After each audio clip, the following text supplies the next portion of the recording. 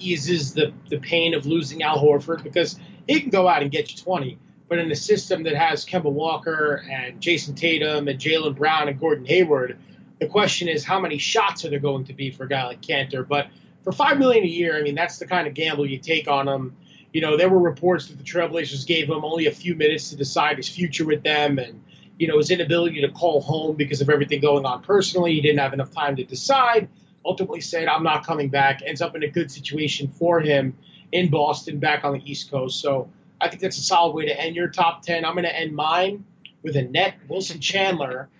I think it's a 2-year deal with a player option, but the veteran minimum, he's been in the league over 10 years, so it's $2.5 million. The reason why I have Chandler on this list, even though he kind of fell off a little bit, it split time with the Sixers and the Clippers last year, is that I think he's going to be a nice placeholder for Kevin Durant. He's a solid locker room presence. For the veterans minimum, he can come in, get up a few shots, be a leader on this team that lost a lot of leadership. So I do think that Wilson Chandler is a good fit for Kenny Atkinson's system. If any coach could get something out of Wilson Chandler, on his remaining contract here in the NBA, or his career, as I should say, it's Kenny Atkinson. So I think Chandler, nice depth signing for Brooklyn, and that's our top 10 bargain signings. Yeah, I'm just going to throw in a couple honorable mentions. I really like the Garrett Temple deal the Nets did. I think he could fit in really nicely for them. Good defensive player, can shoot the ball a little bit. Really nice guy, nice fit around the other guys that they brought in.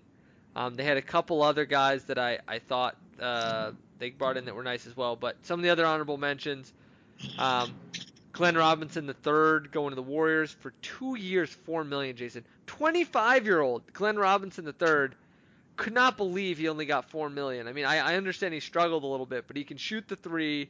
He's got a good NBA body, could become a good defender. Another one that I just feel like, man, if the Warriors, that's a great signing for them. No risk signing again. Similarly, Austin Rivers for at 2.25 per year, Jason. I mean, my goodness.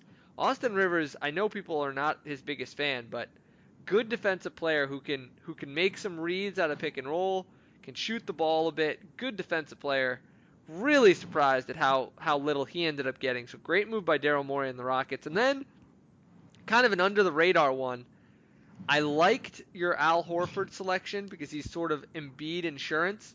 I also liked getting Kyle O'Quinn on a 1-year, $2 million deal for the same reason. That if Embiid needs to sit, they have a guy in Kyle O'Quinn who can kind of fill in.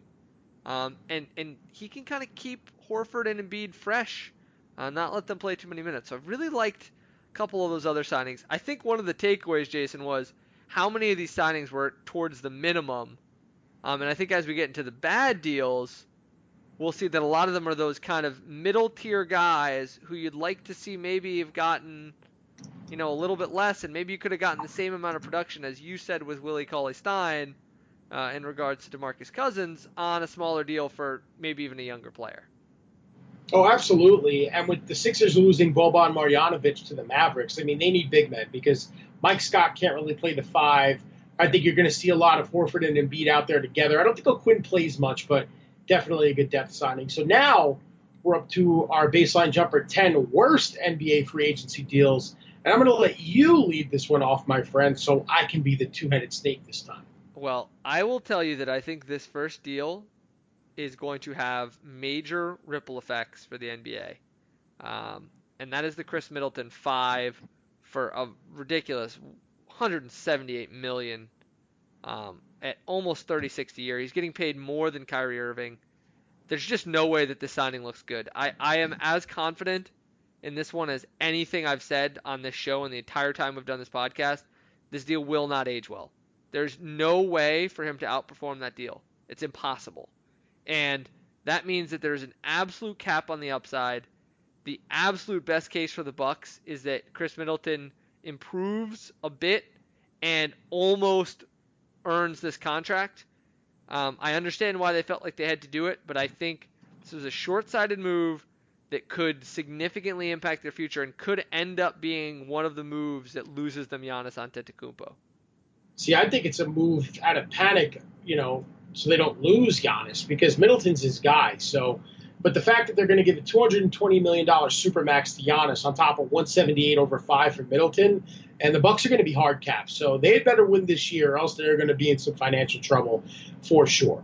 I'm going to top my list with Harrison Barnes, who got 4 for 85 from the Sacramento Kings, who I said earlier just paid everybody. And the reason why Barnes tops my list is because I feel like he's peaked as an NBA player.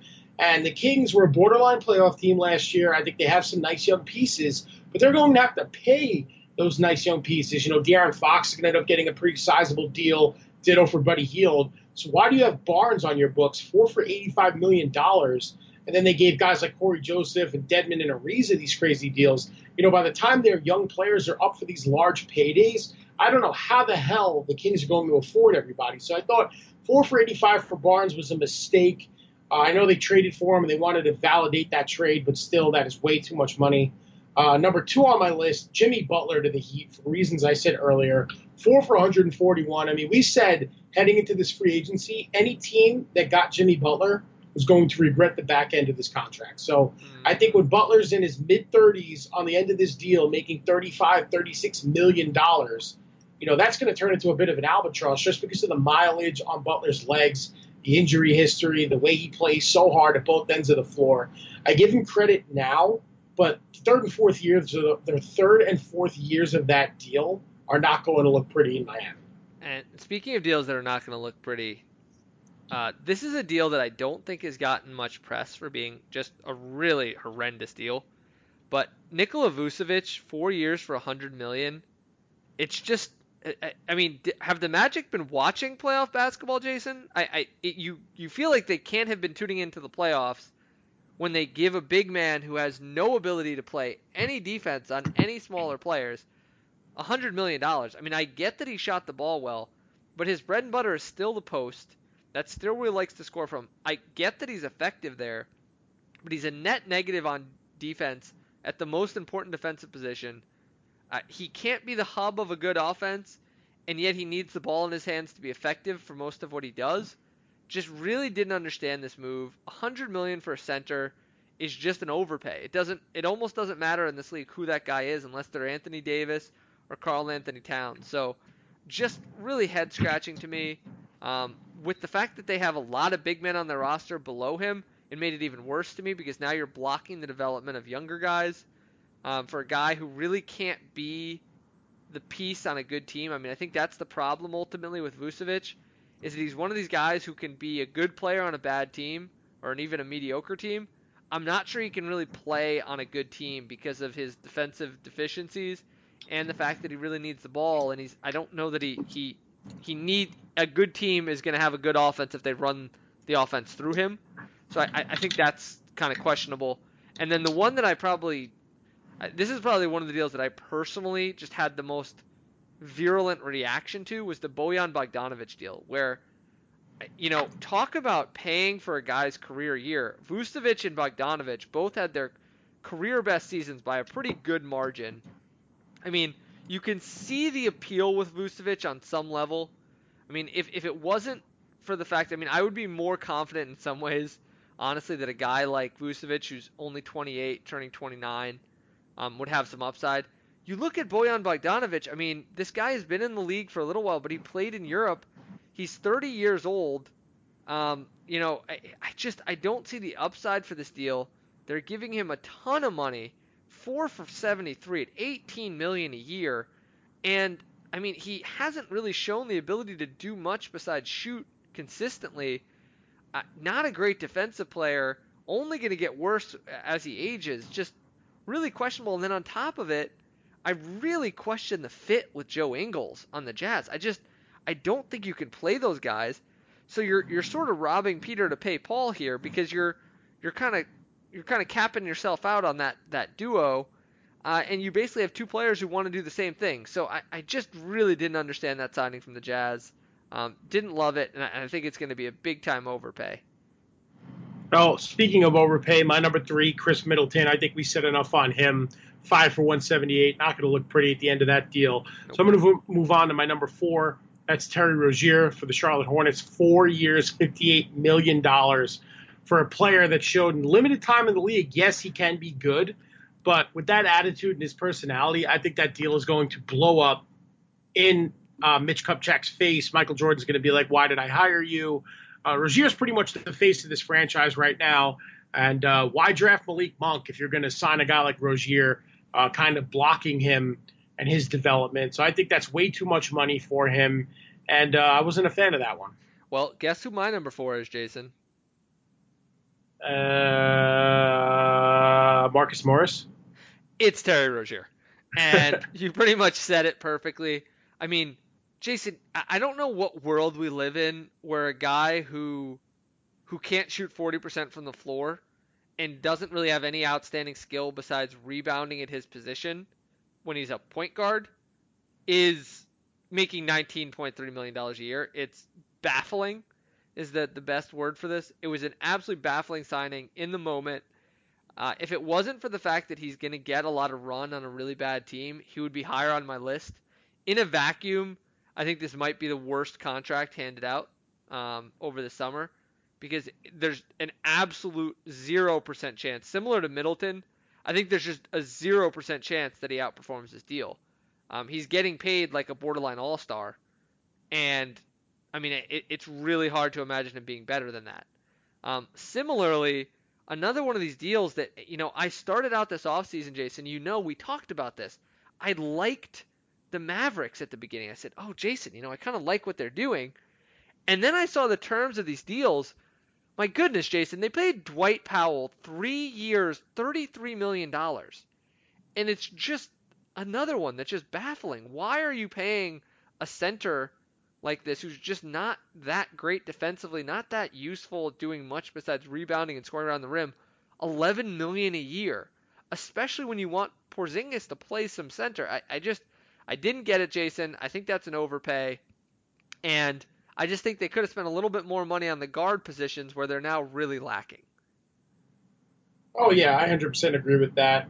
Powell's been there, and I think that's just Mark Cuban kind of rewarding his own guys because Powell's been there for a few years now, but I agree with that assessment. My 5 and 6 are guys you've already talked about at length.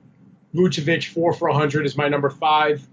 While we were recording, Ben, Woj is reporting that Khem Birch is returning to Orlando, so add another big to that rotation, and it's just crazy. Like, when is Mo Bamba going to play? When is Aaron Gordon going to be let loose? Vucevic is great offensively, but brings nothing else to the table as far as an overall game. And then my number 6 is Bogdanovic. I've been high on Utah's offseason, and I love Bogey, but 4 for 73 is just a bit much, so that's why he's my number 6. Doesn't come in as high as he does on your list, but nonetheless makes the cut. And I have to say, I felt more like I ranked in tiers on the best deals. For this one, I sort of almost ordered them more on the size of the contracts. But some of the really terrible deals that you mentioned for the Kings, Dwayne Dedmon gets 3 for 40, and Corey Joseph gets 3 for 37, Jason. I mean, my goodness gracious. Would you really take Corey Joseph over Quinn Cook? It's hard for me to say I would. And yet he's making over 4 times as much money per year. Just really questionable, in my view, those two deals. I like Dwayne Dedmon as a player. John Collins was recently on a Low Post podcast, talked about how good of a mentor he was. I think in a vacuum, he's going to be a good fit for them. He can shoot the ball. He can mentor the young guys. But $40 million is just too much. And likewise, Corey Joseph, $12.3 million a year for a guy who's never going to be more than a backup point guard, just felt like a lot. Felt like they could have gotten a little bit better value there. And again, how the hell are they going to pay their young guys? Yeah. Boggles my mind how the Kings front office works, but that's why I don't work for them. Number 7 on my list is George Hill. I know that his presence in the locker room is important, and he was instrumental, in Milwaukee's playoff run, especially when they lost Brogdon for long stretches. George Hill did fill in pretty well. But 3 years, $29 million, I think he's kind of peaked in the league, similar to how Harrison Barnes has. He's a little bit older than Barnes, but 3 for 29 when they already gave a mammoth contract to Eric Bledsoe back in March did make sense, especially, as you said, Ben, the backup point guard market, was pretty favorable, and they gave George Hill almost $10 million a year annual APY. I can't speak anymore, but I don't agree with that. Another guy on my list coming in at number 8 is Al-Farouq Aminu. Leaving Portland, going to the Orlando Magic, yet another forward. on that team, 3 for 29. Doesn't make sense the fit there. I thought Orlando should have allocated some funds towards guards, but instead, they pay Vucevic and Aminu a combined $130 million